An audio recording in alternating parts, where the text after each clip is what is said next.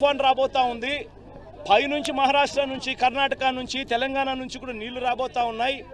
ఆ నీళ్లు రాబోతా ఉన్న పరిస్థితుల్లో ఒకవైపున ఉంటే మరోవైపున ఇక్కడ బీభత్సమైన వర్షాలు కూడా కురవబోతా ఉన్నాయి అన్న పరిస్థితులు ఇటువైపున ఉంటే ఇరిగేషన్ డ్యాములలో శ్రీశైలం కానీ, నాగార్జున సాగర్ కానీ, పులిచింతలు కానీ ఈ 3 డ్యాములలో కనీసం 75 టీఎంసీలు, ఒక్కొక్క డ్యామ్లో కనీసం 25 టీఎంసీలన్నా కూడా కనీసం తగ్గించి కిందికి వదిలేసి ఉంటే మొత్తంగా కనీసం 70-75 టీఎంసీల కనీసం కెపాసిటీ మేరకు నీళ్లు కిందికి వదిలేసి ఉంటే, బుధవారం నుంచే వదిలేసి ఉంటే ఆ ఫ్లడ్ కుషన్ అన్నది కన్నా ఆ డ్యాములలో పెట్టుకొని ఉంటే పైనుంచి వచ్చే తుంగభద్ర నుంచి, పైనుంచి తెలంగాణ నుంచి కూడా మూసీ రివర్ ద్వారా వచ్చే పులిచింతల దాకా వచ్చే కృష్ణా నది అంతా కూడా పైనే ఫ్లడ్ కుషన్ ఉండడం వల్ల ఆపి ఉండవచ్చు, రెగ్యులేట్ చేసి ఉండవచ్చు.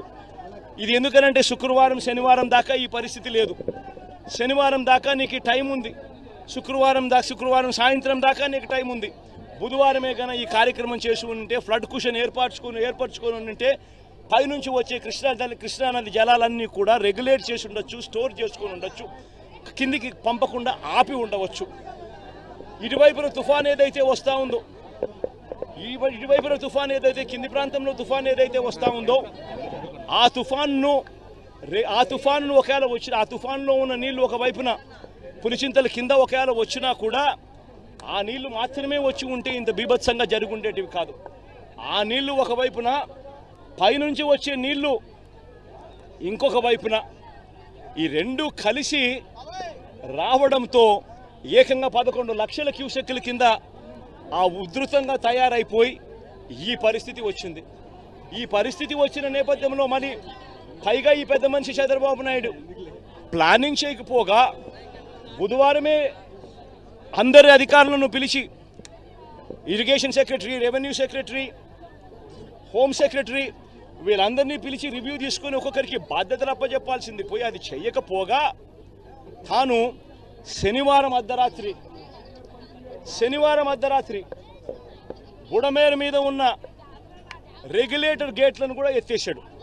ఇక్కడ బ్రీచెస్ ఏర్పడినాయో ఇంచుమించుగా 3 బ్రీచెస్ ఇక్కడ ఏర్పడిన కూడా చాలా దగ్గరుండి చూసుకోమని మన గౌరవ ముఖ్యమంత్రి గారు నారా చంద్రబాబు నాయుడు గారు ఆదేశాల మేరకు ఇరిగేషన్ మినిస్టర్ గారు నిమ్మల రామానాయుడు గారు గత 3 రోజులుగా రాత్రి పగలు ఇక్కడే ఉండి ఎట్టి పరిస్థితుల్లోనే ఈ వాటర్ ఫ్లోని ఆపాలి, వాటర్ ఫ్లోని అరికట్టాలి, ఇక్కడ అరికడితేనే కానీ అక్కడ విజయవాడలోకి వచ్చే ఆ ముంపు అన్నది తగ్గదు అనే ఉద్దేశంతో నిద్రాహారాలు మాని నాయకుడు తాలూకా ఆదేశాల మేరకు ఇల్లు వాకిలి వదిలి ఇదే గట్టు మీద నిద్రాహారాలు మానున్న నిమ్మల రామానాయుడు గారికి ప్రత్యేకంగా నేను ఆంధ్రప్రదేశ్ ప్రజలందరి తరఫున, డిజాస్టర్ మేనేజ్మెంట్ తరఫున ధన్యవాదాలు, నమస్కారాలు తెలియజేసుకోవాలి. ఎందుకంటే నేను ఇక్కడికి వచ్చాను, ఒకసారి చూద్దాము అసలు బుడమేరు విషయం ఎలా ఉంది ఏంటి అనేది చూద్దామని చెప్పి ఈరోజు ఇక్కడికి రావటమే చాలా కష్టం వచ్చి ఇక్కడికి ప్రయాసం వచ్చి ఇక్కడ రావడం జరిగింది. ఇక్కడికి వచ్చిన తర్వాత ఇక్కడ వర్క్ చూస్తూ ఉంటే అసలు నిజంగా ఇలాంటి వర్క్ ఉన్న చోటికి జగన్మోహన్ రెడ్డి ఒక్కసారి ఇక్కడ తీసుకురావాలి.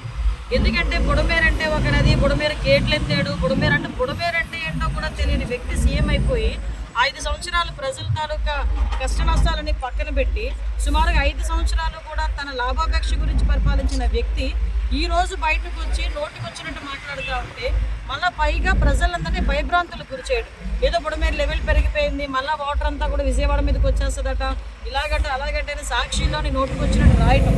అసలు ఈ వాస్తవ పరిస్థితి తెలుసుకోవాలి, వాస్తవ పరిస్థితి ప్రజలకు తెలియజెప్పాలనే ఉద్దేశంతో ఈరోజు నేను రామానాయుడు గారి ఆధ్వర్యంలో ఇక్కడికి రావడం జరిగింది. ఇక్కడికి వచ్చిన తర్వాత ఆల్రెడీ 3 ఇక్కడ చాలా ఈ బ్రీచెస్ వేయడం కూడా చాలా కష్టం, కట్టడం చేయడం కూడా చాలా కష్టం.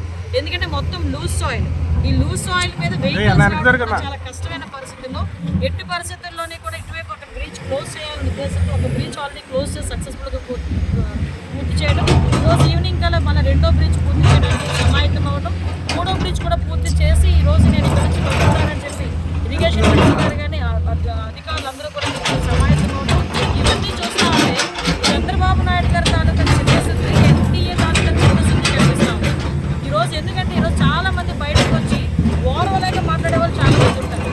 ఒక పక్క ఈ బ్రీచెస్ క్లోజ్ చేయాలి, ఒక వాటర్ కట్టడి చేయాలి, ఇది కట్టడి చేస్తేనే విజయవాడలో మనం కూడా అక్కడ సహాయక చర్యలు కొంచెం ముమ్మరం చేయొచ్చు, శానిటేషన్ ముమ్మరం చేయొచ్చు.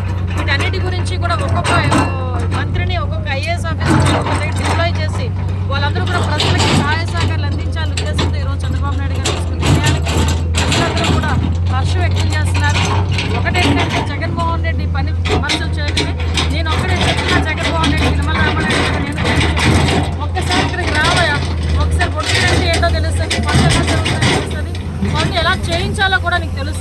అంతేగాని ఎక్కడో కూర్చొని నేను లండన్ పోతాను కాబట్టి 2-3 మాటలు మాట్లాడేసి లండన్ ఎగిరిపోదాం అనుకుంటే అవ్వదు కదా.